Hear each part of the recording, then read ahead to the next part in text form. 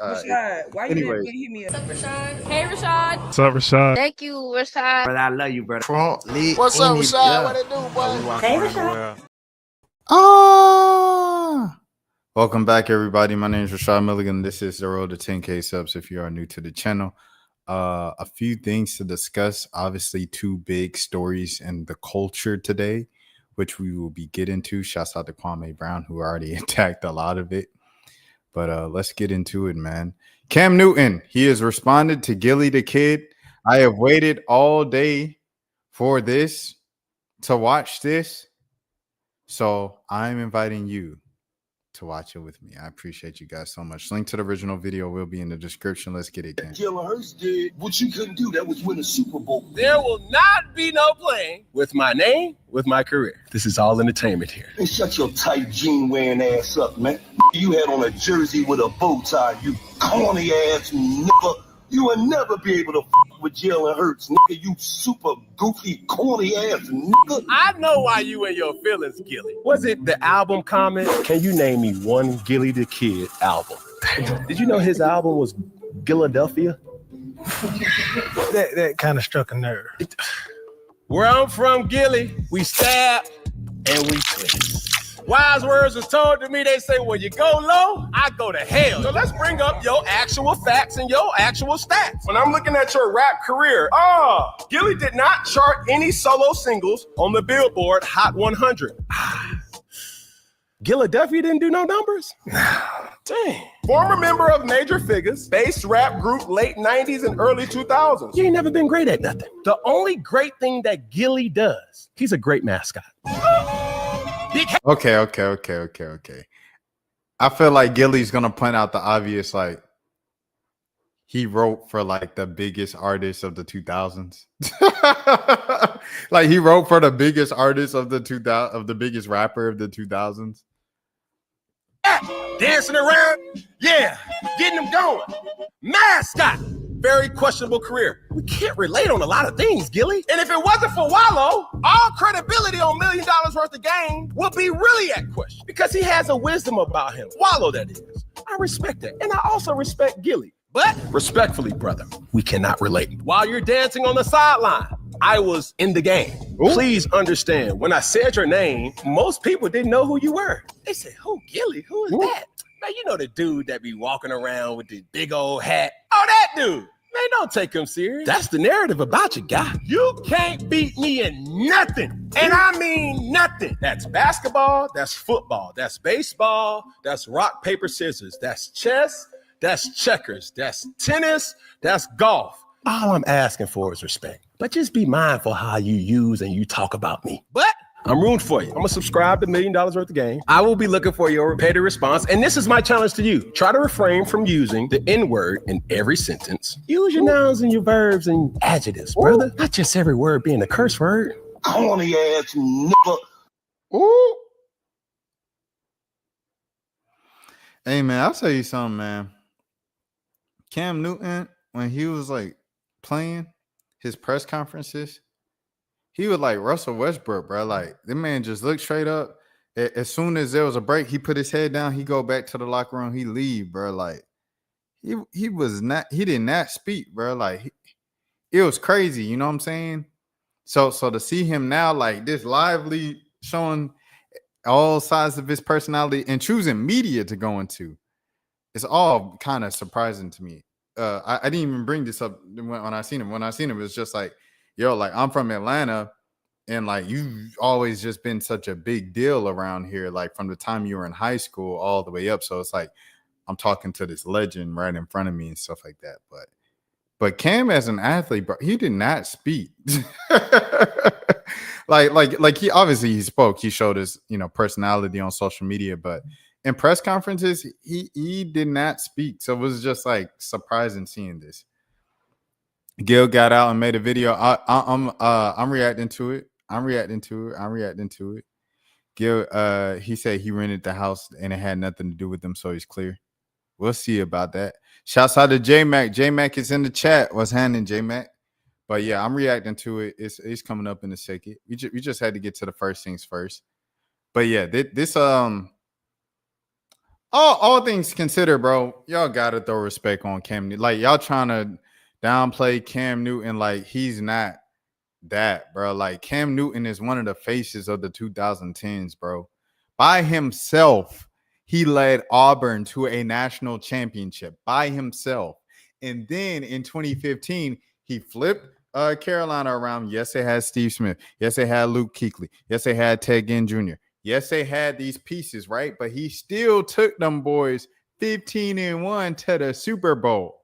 Carolina, other than the Jake Delhomme Lucky era in 2004, 2003, ain't never been nowhere near no Super Bowl. And they haven't been since.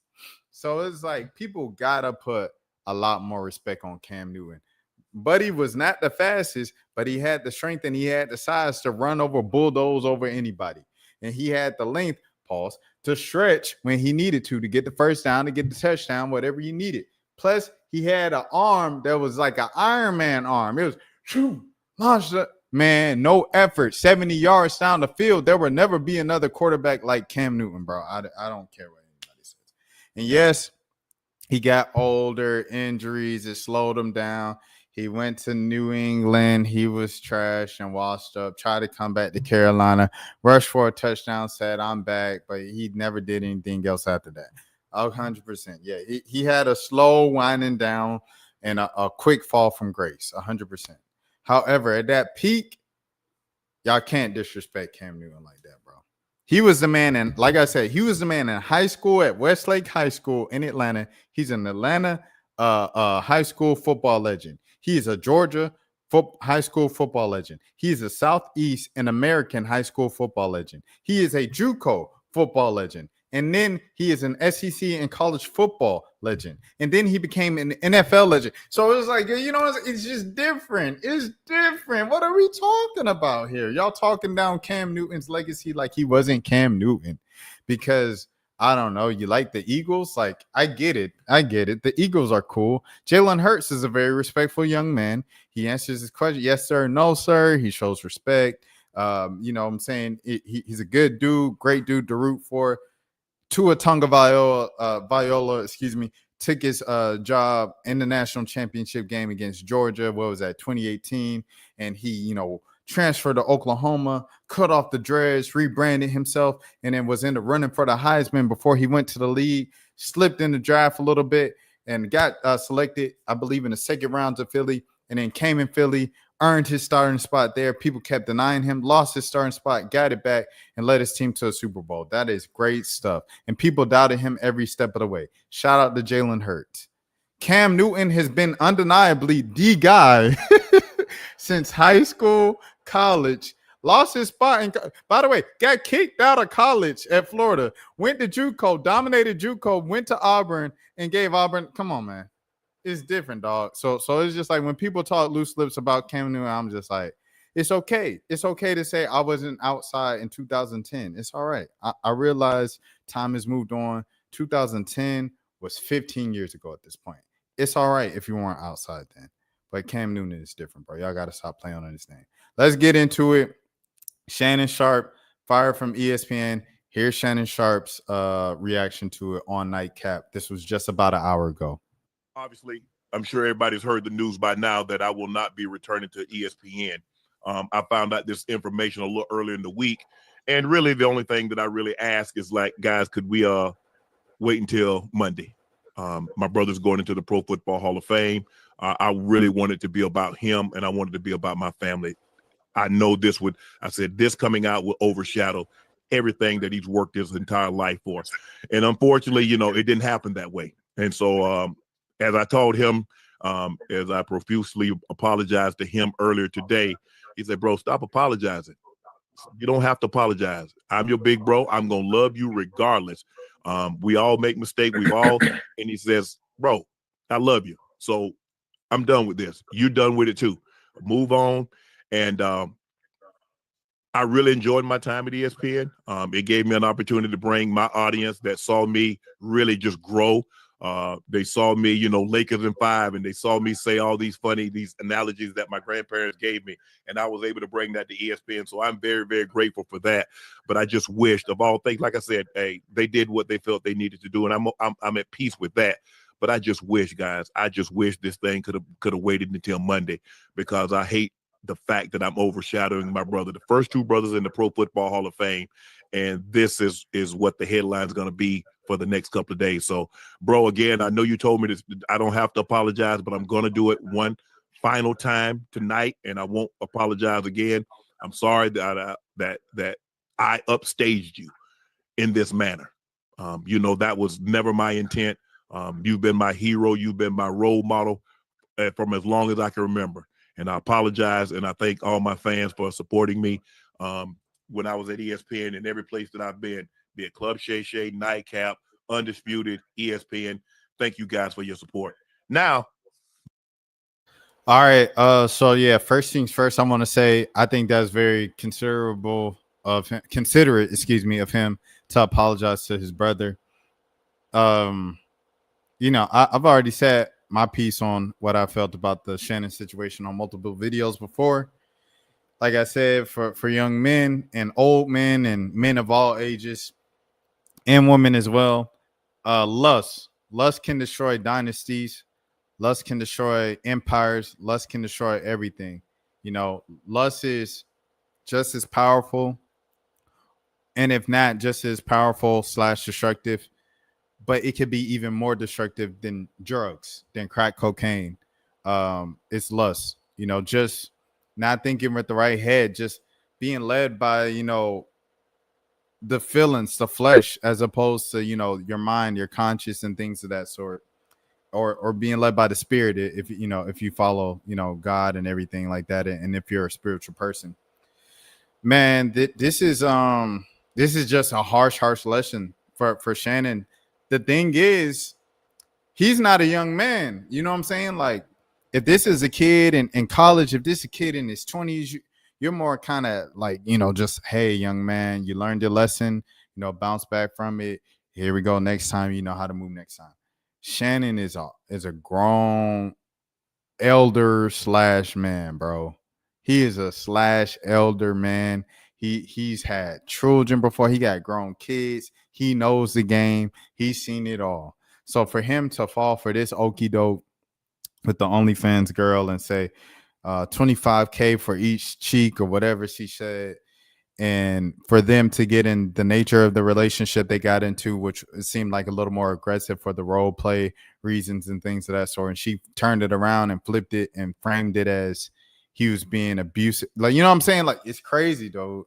It's crazy, dog. But you just, I don't know. I think everybody's already said it on the internet before. My thing is, like, once again, to the fellas, if you go with a woman who, you're enticed by her, you see her on social media, and she has a lifestyle of luxury, fancy bags, cars, trips, private jets, whatever the case might be, islands, vacations, and things of that sort, and you find her to be attractive and you approach her, hey, don't be surprised when you find out she's all about money. So a lot of the red flags are there. We look past the red flags. Men and women look past the red flags because what? We led by the flesh. We're blinded by lust. And that's something that is more destructive than darn near anything else on this earth. So protect yourselves. Be smart. And I hope you guys learned a lesson from this. And I know some people won't, but it is what it is. All right, next. Shannon Sharpe was fired from ESPN after losing a $60 million lawsuit. What happened? A 20-year-old woman sued Shannon Sharpe for $50 million after claiming he overpowered her and assaulted her for 2 years. Shannon Sharpe said her claims were full of lies and that she's trying to get money out of him, and that their arrangement was 100% consensual. Is there any evidence? There was evidence that worked in Shannon Sharpe's favor, which were texts of her messaging him, saying what she wanted him to do to her over a 2-year period. However, texts also showed concerning messages from Shannon. They were calling each other racist words, but were playing a role and played along in a weird fantasy. And in some of those texts, Shannon Sharpe did say he was going to overpower her. However, her responses were saying to do it and played along with Shannon. Said, how could he have manipulated and controlled her if she was willingly driving to his house for 2 years? If it was consensual over text, then how did he lose the lawsuit? Does that mean he was guilty? He offered her $10 million before the lawsuit even started, and she declined. Some believe that Shannon thought the damage on his image would have cost more than just giving $10 million to her. Others believe he was actually guilty and he's trying to cover it up. The victim knew she had enough evidence to win. he ended up paying her $23 million in a settlement to the 20-year-old where they both agreed it was consensual, but then ESPN fired the 20-year-old then announced she's retiring from OnlyFriends, and now Shannon's getting clowned on the internet for acting like an idiot. But if they both agreed he's innocent, why would he settle if the evidence was in his favor? Some people are saying he upset people in the industry and she was panicked. Others are mocking him for saying things like, I don't date my age, I date my weight. And that this is his consequence because he's 57 and she's 20. Well, I hope both parties receive justice. It's too late. Shannon Sharpe no longer works for ESPN 2025. It wouldn't have happened if you was risky. Just a stupid situation to put yourself in, bro. I'm not even gonna lie to you, bro. Shannon, just a dumb situation to put yourself in, bro. And I know the whole internet is calling you dumb. Thinking with the wrong head done took down the best of them. There it is. Almost got me out of here, scared me straight. I seen it, brother. A lot of us been in that situation where we done made some stupid decisions. I say we, myself included. Big trust. I never been high, never been drunk. But that lust done got me in some dumb situations. And by the grace of God, I'm still here standing in front of y'all today. All right, next, man. Gilbert Arenas. Oh, wait, hold on. But before we get into the jokes, let me pull up the actual story. Okay, because I didn't even have the actual story pulled up. Shouts out to Kwame Brown. We're going to pull up the AP, all right? Former NBA star Gilbert Arenas and 5 others charged with running illegal poker games at his LA mansion. Illegal poker? Uh-oh. Los Angeles AP. Former NBA star Gilbert Arenas was arrested Wednesday alongside 5 other people, including a suspected member of the Israeli organized crime group, on suspension of hosting illegal high-stakes poker games at a Los Angeles mansion owned by Arenas. Federal prosecutors said all 6 defendants are charged with 1 count of conspiracy to operate an illegal gambling business and 1 count of operating an illegal gambling business, according to a statement from the U.S. Attorney's Office. They were all scheduled to be arraigned on Wednesday afternoon. Okay. Arenas, 43, is also charged with making false statements to federal investigators. The statement said he is named in an indictment as Agent Zero, a nickname from his playing days with the Washington Wizards. Arenas appeared in court on Wednesday afternoon in downtown Los Angeles and was released on $50,000 bond after pleading not guilty to the charges. His trial is set for September 23rd. His attorney, Jerome Friedberg, said outside the courthouse that he hadn't had much time to speak with his client and couldn't comment on the case. At this point in the case, he is presumed innocent, right? Friedberg said he has the same right as any other citizen to that presumption, and that's how he should be treated. The other 5 defendants are residents of Los Angeles, ranging from ages 27 to 52. Among them is a 49-year-old man described by prosecutors as a quote-unquote suspected organized crime figure from Israel. The indictment says that from September 2021 to July 2022, the defendants staged a home in an Encino neighborhood to host quote-unquote pot limit Omaha poker games and other illegal gambling activity.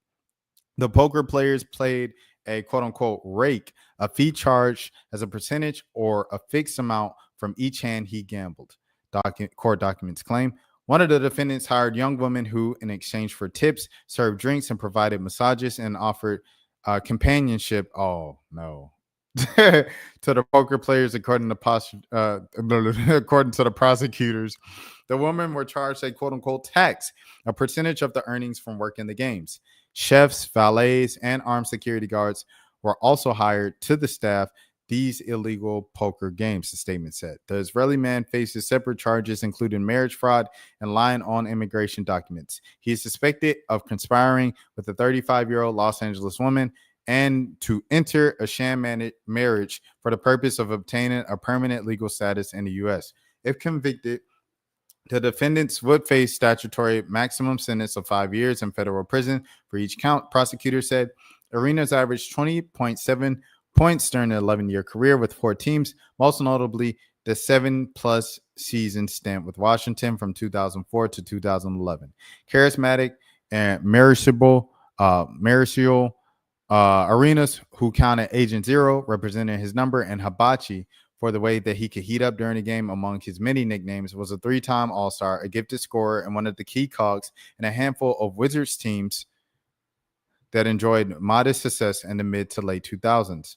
Yet Arena's run in Washington ended in disgrace. Arenas and teammate Javaris Crittenton were suspended for the balance of an NBA season in January 2010 following a locker room incident in which both players pulled firearms on each other. Arenas returned to play briefly for Washington before the following season before being traded to Orlando. He then bounced to Memphis in 2011, coming off the bench for 17 games before stepping away to play in the Chinese Basketball Association in 2012 to 2013. He never returned to the NBA.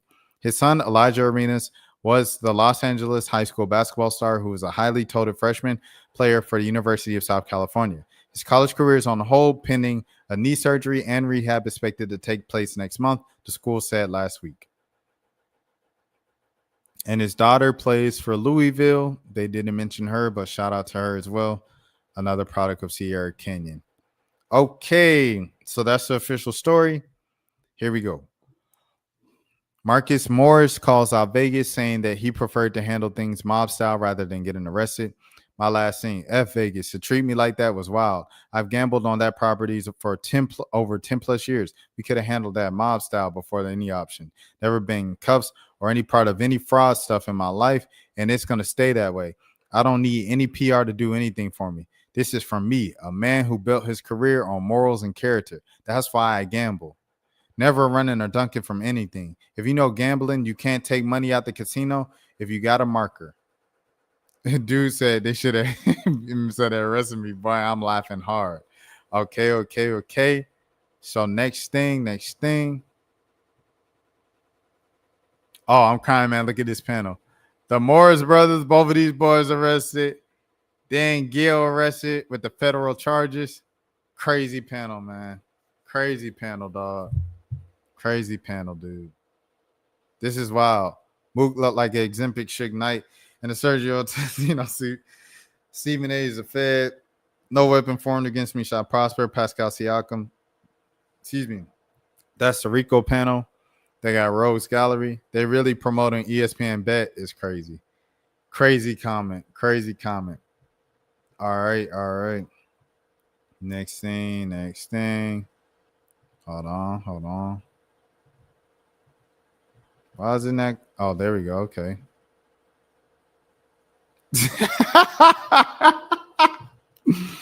Hey, now people getting in their victory laps, man. Shout out to Kwame. Kwame Brown said this was a good day for him. He said they got two BANs at the same time. He said 2 for the price of one, Shannon Sharpe and Gilbert Arenas.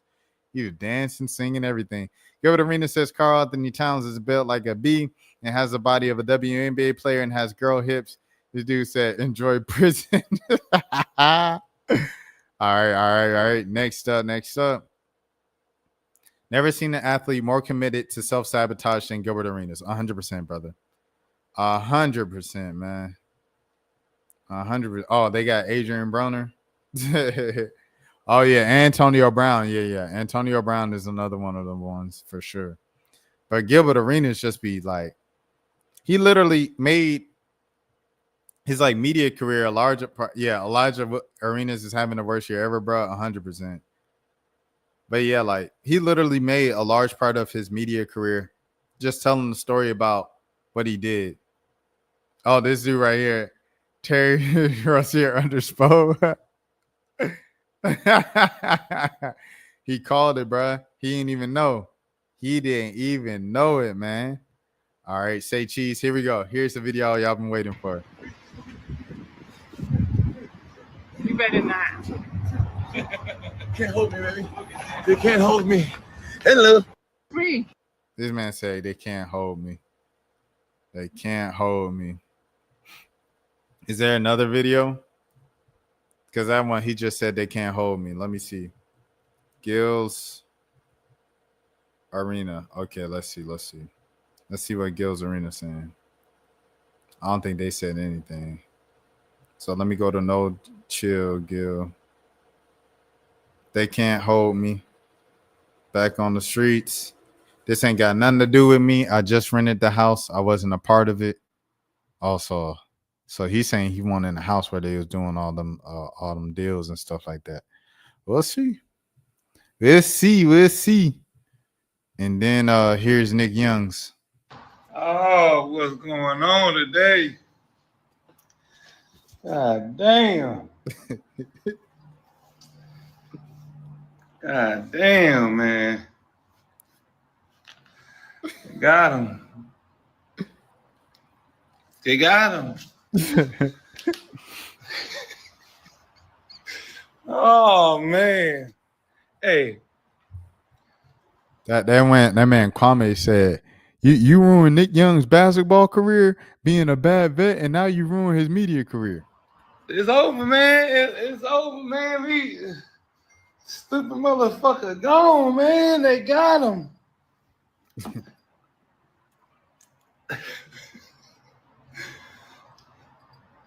God damn, man. We just got out, man. I just got out, man. I do fingerprints and shit, man.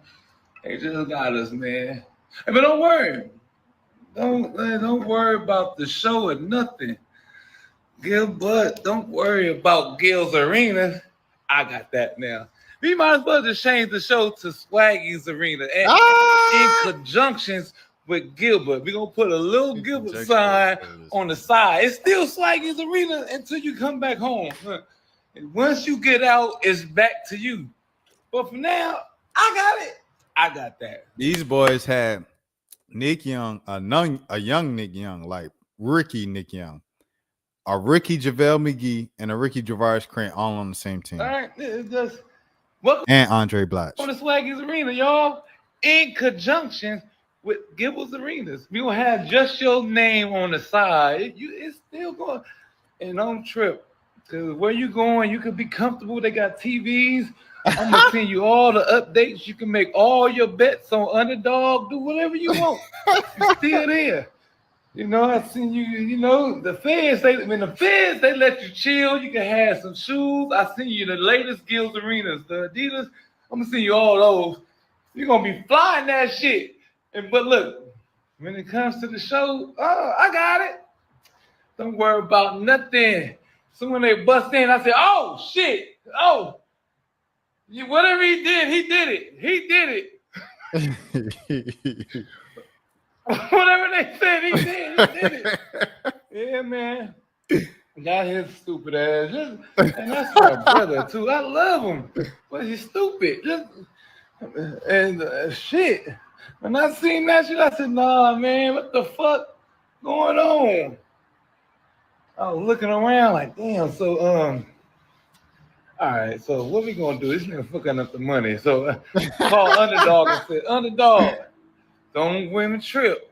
He still could make his picks. Well, you know, they got TVs in there. He can make his picks from his cell. I'm going to send him all the latest, you know, Ja Morant's and the Lakers and all that shit. He can wear his Luka Doncic.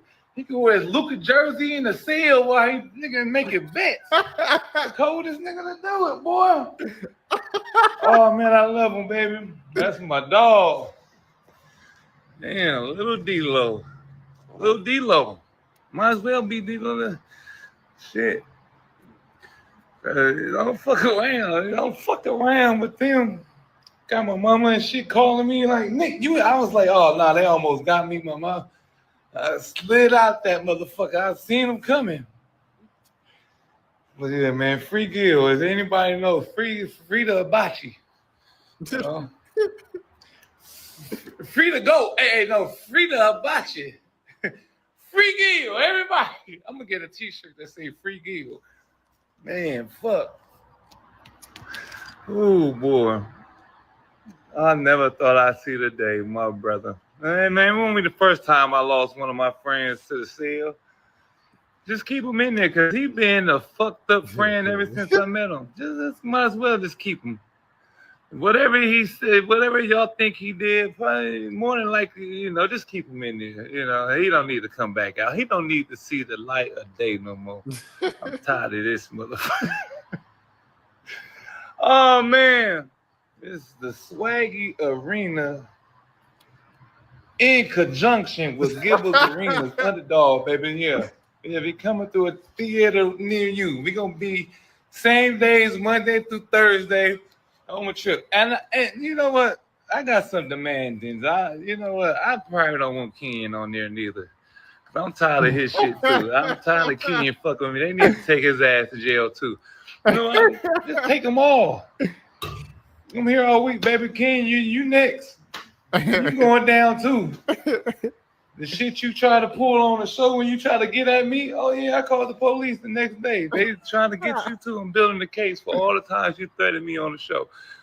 I'm tired of this shit. All right.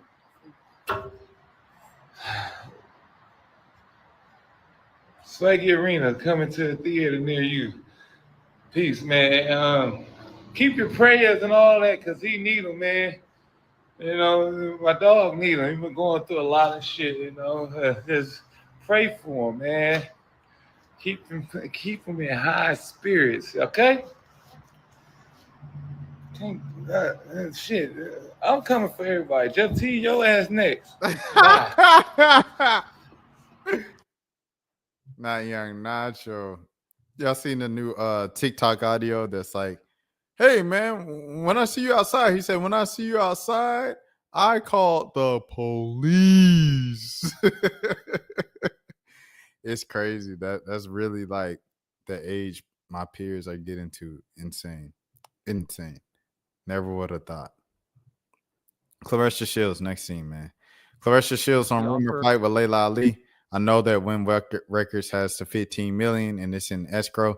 If Layla wants to fight, it's there. That's what her price was. I'm just putting the money where my mouth is, and I'm wanting to pay her what I feel like she deserves. My issue with her is she says, I ain't got enough power. I'm not big enough. I'm not skilled enough.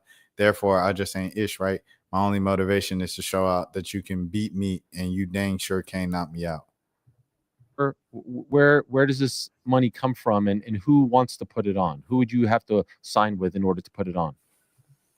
Well, that's all up in the air about who I would have to sign with now. But I know that Win Records has the $15 million and it's an escrow. And if Layla wants to fight for that, is there? That's what her price was. I'm just putting my money where my mouth is and wanting to pay her what I feel that she's deserved, and we can make a fight happen. Since you put that out there, the money's absolutely there. Yeah. Have you heard from her? No, I haven't. But I know if I was 47 and one of these young girls came calling me out, I'd definitely come back and tear their ass up. Okay, so you bring up her age. She also hasn't fought since 2007. What's the motivation there for you? I know she's Layla Ali. She's extremely famous. She's a Hall of Famer. She's the daughter of the greatest of all time. On and on it goes. But she also, Father Time undefeated, hasn't fought in 18 years and is 47. What would you be proving by fighting and ultimately beating her if you went in there with her? Just be proving to her that I'm a better fighter than her. That's all that really matters to me. It's about the disrespect that she gives toward me. Mm-hmm. And I work my butt off to get to where I am without having a famous father to get to where I am and to raise the bar for women's boxing. That's my issue with her. She said, she don't need long to get in the ring and come back and beat me. I ain't got enough power. I'm not big enough. I'm not skilled enough. Those are the words out of her mouth. So therefore, I just ain't shit. Ooh. Right? So she shouldn't need all that time. Everybody making all these excuses for her. Ooh. But she's sitting there telling y'all that she's in the gym. She's training. She don't got all the wear and tear that I got on my body. Ooh. She doesn't have that because she hasn't been inside the ring. But she said that she's been training and that, you give her enough time and give her enough money. Ooh. She would come back and she could beat me and she could knock me out. So my only motivation is to show her that you can't beat me and you damn sure can't knock me out. And if we were to fight each other in our primes, I would have still won. Ooh. I would have knocked her out. But it's more of just me shutting her. All right, let's stop the cat. Claressa Shields, hold on. Let's stop the cat right there. Ressa, you my dog. Claressa Shields, friend of the channel. If you know. 100%, right? Let's keep it a stat. All right. Claressa Shields is what? Where's she at? Where's the 16-1 at? Where's the 17-1 at? There it is. 17-0. Excuse me, I said 16-1. 17-0. 3 knockouts. 17 fights, 3 knockouts. And it's you would have won.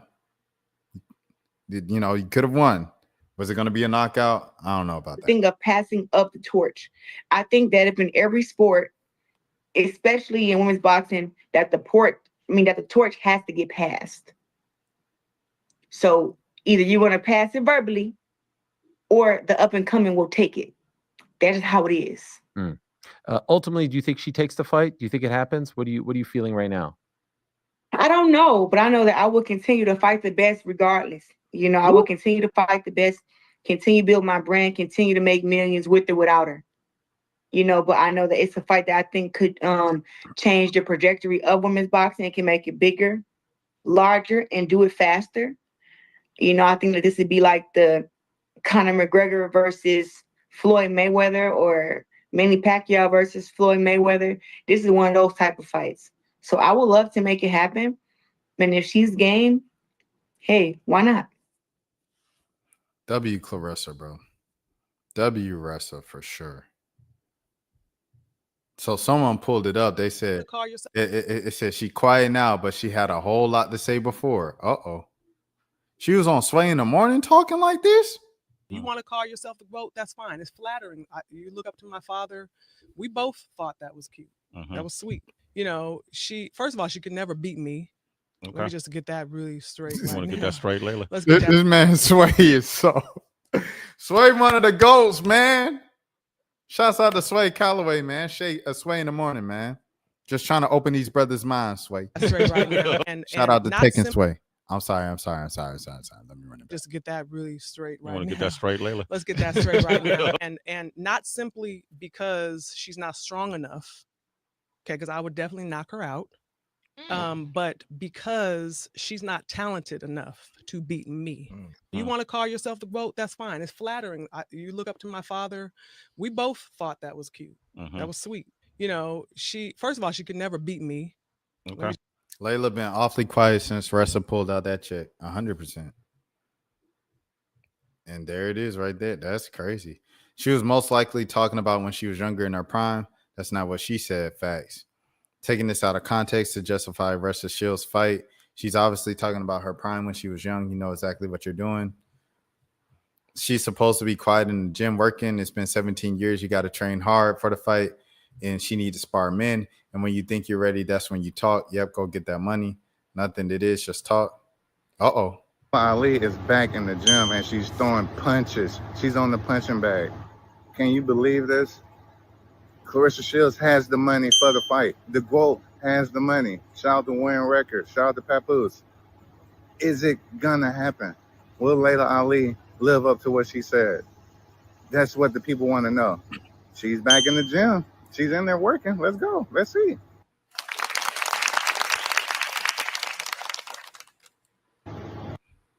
Crazy. She's the same age as Pacquiao. Who cares? She can eat on those old people menu at IHOP. Y'all really gloating and to see a boxer in our prime fight a 50-year-old. Y'all stupid. Y'all let Jake Paul fight a 60-year-old and make millions. Now let these sisters do the same.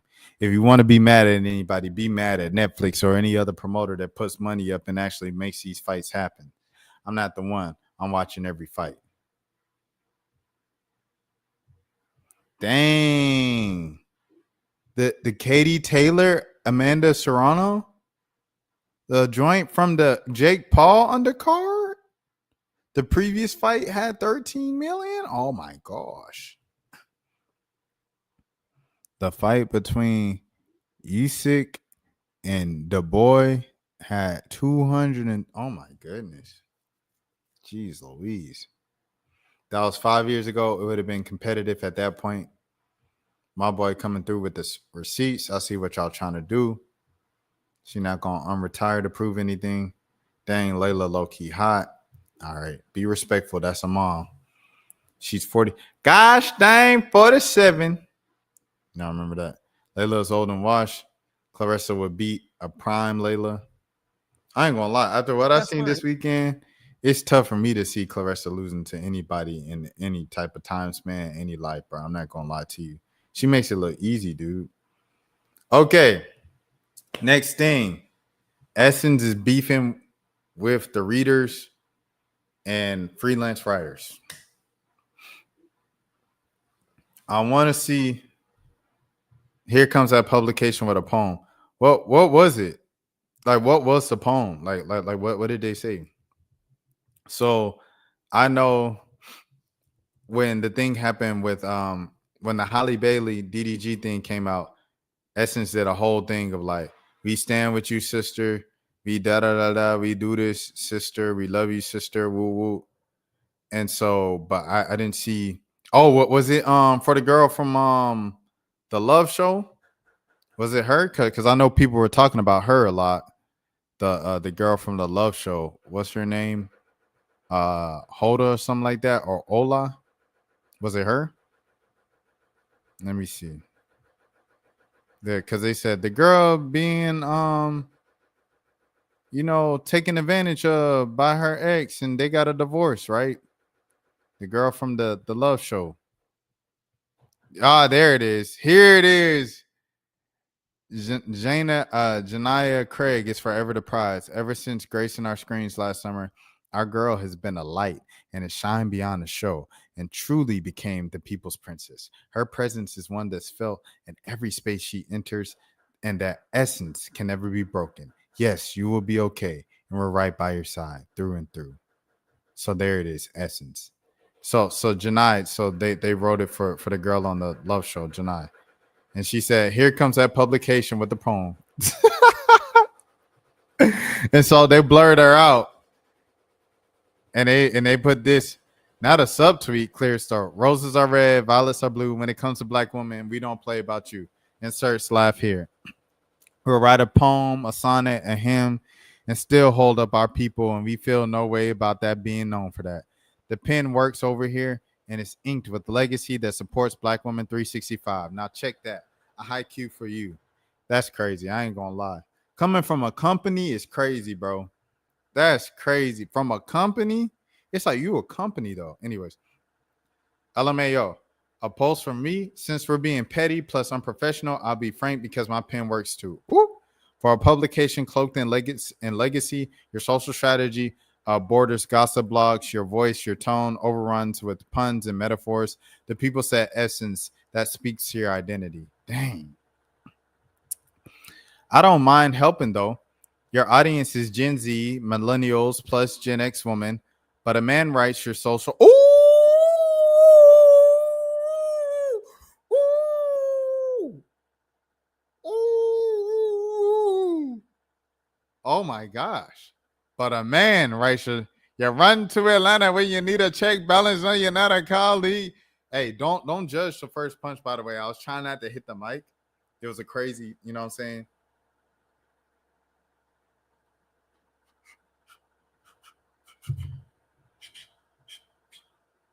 All right, anyway. There's clearly a disconnect in the voice and tone, and that's why it comes off as stereotypical image of a black woman. It sounds like regurgitated from ChatGPT. Yikes. That pen work, baby. She a freelance writer. I want to hire her right now. The critiques about this legacy publication have been loud, from the articles to social media posts and Essence Fest. But y'all choose to highlight my tweet in an attempt to be funny? A journalist who has written for this publication numerous times? I'll tell y'all, you better tell us why I didn't keep. Here we go. For context, my tweet wasn't quite viral, but people from the team follow me, so that's probably how we got here. However, it seems that people are wielding their power and positions, plus assuming any critique is a personal attack on them versus a critique of the publication and brand. In 2020, I contributed to Essence Fashion often. In August 2022, I was commissioned to write a piece for GU on baby bump fashion, specifically Rihanna and Jhené Aiko. I accepted. However, I was swamped with my 9-to-5 plus a freelance project, so communication fell through the cracks. Nandi Howard, we're using names now. The editor and now VP, who I also had a friendly relationship with beyond journalism, sent me an email sharing her disappointment, plus that she advocated for me as a writer. I responded via email plus Instagram, taking accountability for the delay. No response for over a year. Dang. She proved this to y'all, and not the black woman. Excuse me. Customizing, repurposing jerseys in the late 2000s. In 2024, I wrote a viral thread about Black women customizing and repurposing jerseys, sneakers, and more. Following that, people started sending me an Essence article that clearly lifted things from my Twitter thread. Mind you, I'm a journalist, plus share my thoughts, plus critiques often. Stop giving away your ideas for free. Stop giving away your ideas for free. I'm not going to lie, Keisha. You had me in the first half. You give away your ideas for free and someone takes your ideas and now you mad. I don't know what to tell you, sister. I don't know what to tell you, sister. Stop giving away your ideas for free. Y'all giving away your ideas for free. Your ideas, your mind, your creativity is your currency. You tweeting the whole thread with the whole explanation for free. And then they run off with the swag with the money and you ain't getting no money for it. You ain't even got no blue check on Twitter. Stop giving away your ideas for free. I'm a journalist, share my thoughts and critiques often.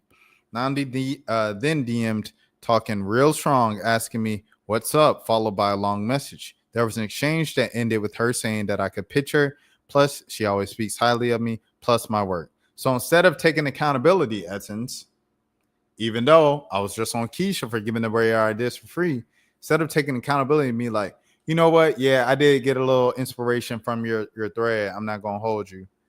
You say, hey, you could reach out to me anytime. You know where to find me. Woo woo. I didn't respond because all of the digs at me being 30 plus discrediting my critiques. See, when people go with that, you a grown man though, you a grown woman though. I hate that. Like, what is being 30 got to do with anything? Am I a bit triggered because I'm 30 now? Probably. There hasn't been any interaction since. But I don't shy away from sharing my critiques, not even about Essence Voices, plus the shift in their presence on social, especially as a copywriter who develops voices plus tones for emerging brands to legacy brands, plus everything in between. You better talk that talk, Keisha. So given that history, plus these pluses are killing me, Keisha. Like, we can't say and, we can't use a slash, like, everything is plus. Goodness, we can't use a comma. Like, I know it's Twitter. This is just a. So given that history, plus decision to highlight my tweet, write a shady caption, Nandi hopping in the comments and saying, because I'm the world of journalism, the laughs plus shady comments from Essence plus Essence GU, I know why the post was made. Essence or any other publication isn't above reproach. Just a few weeks ago, I was critiquing Ebony plus BET about TP after the allegations and lawsuit. Oh, Tyler Perry. I was like, who's TP? It's not personal as much as people want to make it. Black publications are trying to keep up with gossip blogs and the shows. That tea is hot. People have dragged Essence plus Essence first up and down the timeline more recently, from journalists and industry peers to readers. Even when they posted about the astronomer CEO stepping down recently, there was a discourse from their peers and they deleted it. But I get a post, LOL. It's unfortunate that this is the route taken because they didn't like my tweet. That's okay. I'm okay with their decision and with mine, with the heart emoji. Dang. I sent you a message on IG, friend. She said, I'm on the way over there. That ain't even a haiku. That's funny. Shouts out to my boy Hondo. Yeah, real Atlanta legend. Yeah. Essence has been making some very questionable PR and social media decisions for the past year or so. Very curious what direction they're trying to go in, because this is the third thing that I've seen from them that's not so great. I don't like what they did to you, a Black woman journalist who has written for them like this. Nah, whoever on the Essence social team writing those posts felt like Nene Nick's sin. It reads like ChatGPT wrote it. They thought blurring your name out would make this less weird, or question mark. Clock it. I know they don't think they ate. Throw the whole organization away. I hate that what this magazine has become. This whole thread, oh my. It really is like the personal thing spilling over into a professional, like organizational social media thing. Like, it would have been one thing if you did it from your own personal social media, but you did it from your, you know what I'm saying? And it's like you attacking, like they say, a Black woman. Isn't the whole point of like you guys writing these quote unquote poems and things of that sort is saying we always gonna step and protect black women. So you did that, even though I'm not even gonna go there with that situation. I'm gonna leave that alone. But I think if you know, you know, right? But to say we always gonna step up for black women and then publicly call out a black woman and catfight with her or whatever the case might be on your official company account, I don't think it's the best look. I think it's a bit hypocritical in itself. And if you can't see that, then you look crazy. And then plus, we are all human, right? Like on social media, we all gonna have moments where we might snap or we might break or someone or something like that. And we look back on and we like, dang, that was whack of me, or like I really just lost my cool, I lost my temper, and I shouldn't have done that. I got out of character, woo, right? But to be a professional organization doing it is a whole nother level of crazy, because you should have a whole kind of social media team. And I know more than likely they might not at Essence. It might just be one person, a social media person, the social media manager running everything. But this is all the more reason to value hiring a social media team and having a team as opposed to just one person, you know what I'm saying, in that department, or one person on shift at that time, just kind of making the final call on everything. Because now you have something like this where you caught up in making a post out of emotion, and now the brand looks emotional. I don't know. Sorry about Essence responding to journalist feedback by posting shady Instagram posts are beyond pathetic. Get it together. Where's the ethical standard? Get out of Real Housewives episodes and get into work. It's getting weird over there. Instead of you to discuss said feedback responsibly during your editorial meetings, you're getting cooked. You're getting social media teams to respond to housewives memes. You're cooked. There's so much that Essence could have done behind the scenes, like invite her in for a Zoom call to discuss the ways to potentially improve the platform, but not a shady housewives meme is a call to action. Yeah, man. I want them to grow so badly. Judging by subs, that's not happening. LMAO. This is becoming a pattern at this point. It's given thin-skinned and performative, not professional. Their leadership might be too online. Even crazier because journals have been complaining about them ever since before Vanessa left. It's been years. Because of the people that are running it, I'll leave it there. Otherwise, they are xenophobic. Exactly, because what's the new direction? It's going down the wrong road. Yeah, Essence is just getting cooked. Boom. They are just getting cooked. Okay, hold on. Let me see. Folks comment on Vogue and their covers all the time. You don't see Vogue social online running online to clap back. Just lame. It gives high school. And that's a critique. All right. And the second to the last thing. This one is heavy. Y'all know. I don't know if y'all know, but one of the early jumps on this channel was Deni Avdia. And the people of Israel and everything like that, they supported me a lot. We had the whole 10x thing and stuff like that. It was just kind of shouts out to you, giving thanks and things of that sort. 10x is like love. And the Israelis was really rocking with me. But, obviously with just getting more knowledge and seeing some more of the protests that were going on here in America and things of that sort, I pulled back from reacting to Deni. And a lot of people, a few people, I wouldn't say a lot, but a couple of subscribers, they were commenting on my stuff. Like, hey, are you going to react to Deni again? Are you going to pay attention to Deni again? And I told him I had to take a step back. I know Deni has been in support of his home country 100%.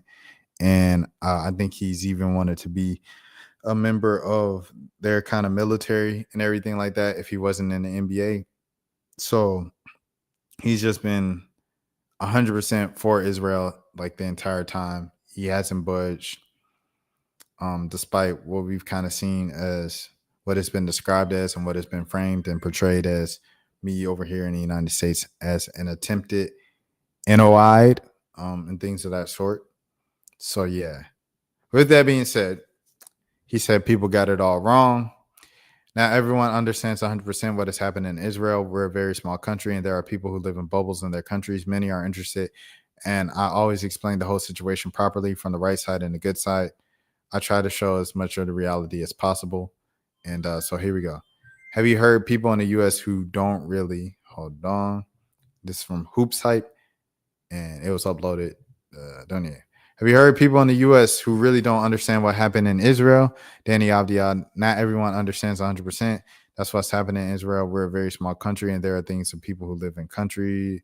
Many are interested, and I always try to explain the whole situation properly from the right side and the good side. I try to show as much of reality as possible. That's it?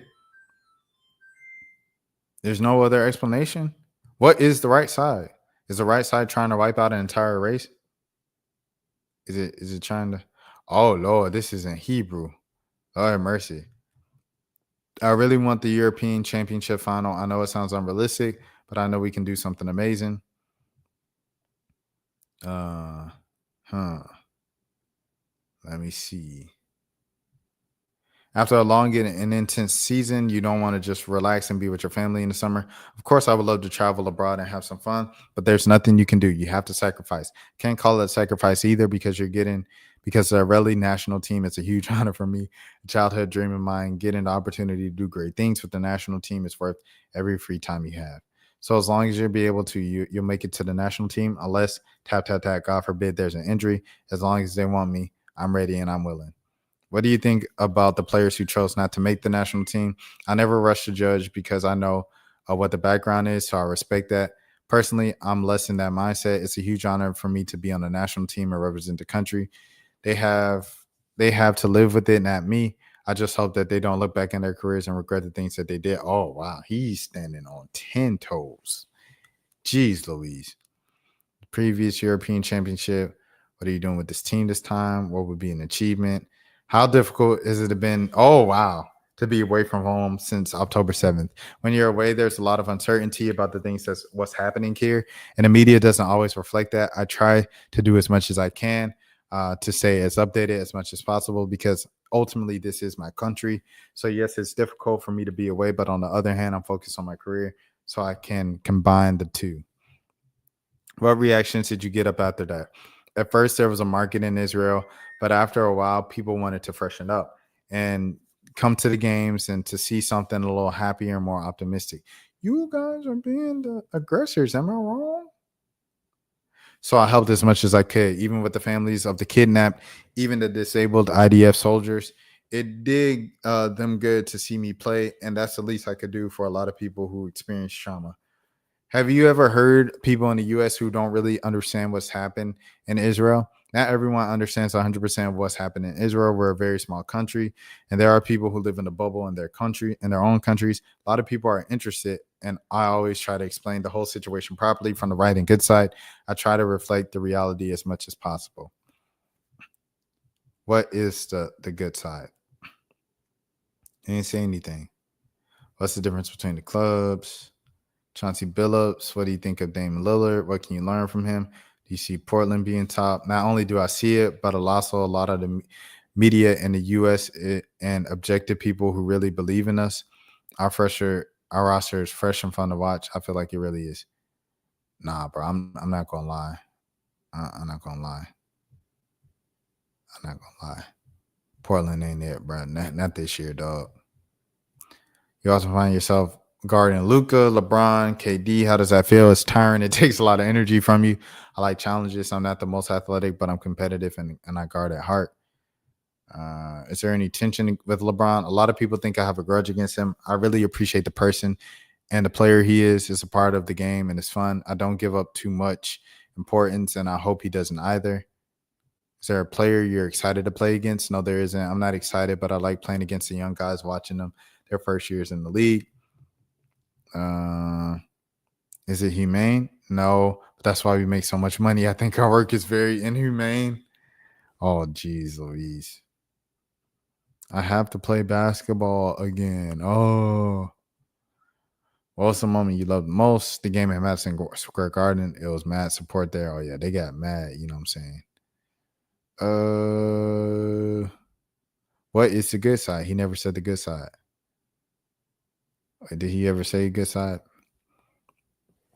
I'm not gonna lie to you. I have to go with my gut and everything like that, and I have to stand where I stood. I do appreciate the early supporters and things of that sort. It was a whole, you know what I'm saying, kind of thing on here on the channel, and it was an error. But I gotta go morals over numbers, morals over money, and morals over all of that. Like I have to do that. So Deni, the Israelis, you know what I'm saying, until there's peace for the Palestinian people, until there's peace in Gaza, then I can't rest. Or I can't go back. I'll say. So yeah, that's that. All right. This is the last thing. Drake said he's a good person. So I wanted to react to that. You never give up. No matter what you want out of this life, I hope you get everything that you want. But you never give up. Keep going. Not even on some preachy shit. I just want you to, this might be the moment that you need to hear. And the biggest thing I can say to you is, I didn't get here by being a piece of shit. I didn't get here by being a snake. I didn't get here by being a dickhead. I got here by being good to people, being nice to people, and my karma is straight. That's why I'm still on stage in 2025. Trust me. And I appreciate you always supporting me, always being there for me. I love y'all. I don't have no jokes tonight. I usually tell a joke or some shit, but tonight it's no jokes. It's just love. I appreciate you so much. I'm working on this album for y'all. Iceman, we got a lot to talk about. Trust me. All my dogs that was on the floor tonight, my big dogs doing their thing. I appreciate you.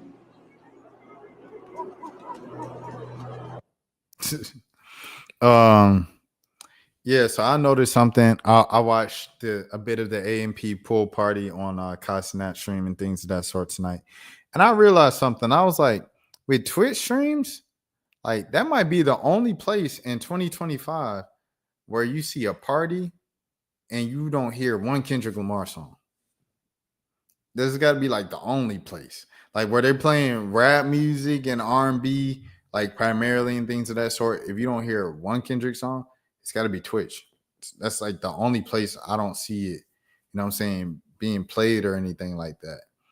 And I think it's because when you see how Drewski reacted when they played Not Like Us in the Club, when you see how Ben react when they played Hey Now, and you know, the girl was saying, I'm gonna play some music, and he said, you gonna play Drake? And she said, nah, I don't feel like playing Drake. He said, you ain't gonna play Drake, get off the boat. You know, it's this big kind of like thing because it was like every single time someone got caught dancing or like listening to Not Like Us or a Kendrick song, Drake cut them off and called them faking and dissed them, and it was a big thing. And it was just weird to me, bro, because it's just like you almost, you know what I'm saying? Not almost, but you're just manipulating people into like, if you're not, you know, 100% on my side, if you're listening to Kendrick, then you my op. Like everybody that showed up to the pop out was his op, bro. And I just thought that was so extreme. And the way that he's handled it has been so sensitive and extreme, from running to tell the cops, you know, suing the man, everything like that. I just thought it was just so all extreme. And I'm noticing how he's trying to befriend all of these, going back to the Twitch part. He's trying to befriend all these streamers, you know, dating all the way back to, you know, the For All the Dogs era, where he, you know, invited out Costinat, and then he said, I'm here with my dog, Costinat. And, you know what I'm saying? And he was with Trey in Atlanta and things of that sort. And he had dinner with them, and they talked for 2 hours or whatever. He became friends with Aiden. He became friends with Speed, and he became friends with Kai.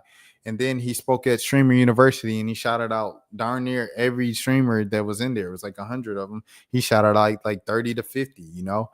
And I say all this to say, I feel like Drake is being very strategic in the same way that he, you know, did with Ben and Drewski. He's very strategic, just the same way he's done in music, right? Where he gets a young artist that has a buzzing song, and he'll hop on it to give him clout and things like that. And if it really goes up, then he'll sign him to OVO, 4Bats. By the way, what's the last new 4Bat song you heard? And shouts out to 4Bat. Shouts out to Nene, Grady Baby out right now, Anicia. You know, that's family by marriage for sure. So shouts out to Forbats. But you know, he signs to OVO, and it's like I know he's put out a few records ever since he signed, but I don't hear nothing from him anymore of the level of the singles when he first came out. You know, before he signed to OVO, when he first just buzzed on the scene, he had about 3-4 of them joints. It was huge joints. It was just like Glorilla before she signed to CMG. She had 3 joints before she signed to CMG. So it's just like, you know, and then you look at If I Get Caught Cheating, Division, they just go quiet for a while. Jermaine Dupri gives them a big moment with the If I Get Caught, and then they I think eventually either sign with Love Renaissance or they sign with So Def. You know, in Atlanta. And Atlanta is taking more care of Division than, you know, they were at OVO. Like, shouts out to 1985, who was producing some of Drake's biggest songs and things of that sort. But Division, he just wasn't looking, you know, it's the whole OVO roster, to be honest. You know, he gave Party the joint album, but that's kind of like the most he's done really for OVO artists directly in the past, like since The Weeknd, bro. Like, I mean, unless you want to be like when he signed McConan and remix Tuesday, but no, he remixed Boy Gonna Find Someone You Love, or the I'll Take You Out to 8 p.m. I think that was the one that Drake hopped on. You know what I'm saying? Like, but I say all of this to say this, bro. I think Drake is very strategic in the way that he helps people. And I think his help in developing a friendship with these streamers, he knows that the streamers are the most influential people on social media, and therefore they're the most influential people on the internet. Since they're the most influential people on the internet steers a lot of people's opinions. The internet is what stirred people's opinions to go with Kendrick and to say that Kendrick won the battle. So he's going to be friends with the streamers. So they're Team Drake and nothing but Team Drake and Team OVO, and to try to control the narrative. I don't think anything about that is genuine, and he's saying I got here from being genuine. However, people that I have met that have met Drake and have talked to Drake said that he's a genuine person. But I've also met people who said they've had interactions with him where he was being fake. So me personally, I never met Drake. I've only seen him once, and that was at Takeoff's funeral in Atlanta. And so with that being said, man, this was another edition. If you are new to the channel, this is the Road to 10K subs. My name is Rashad Milligan.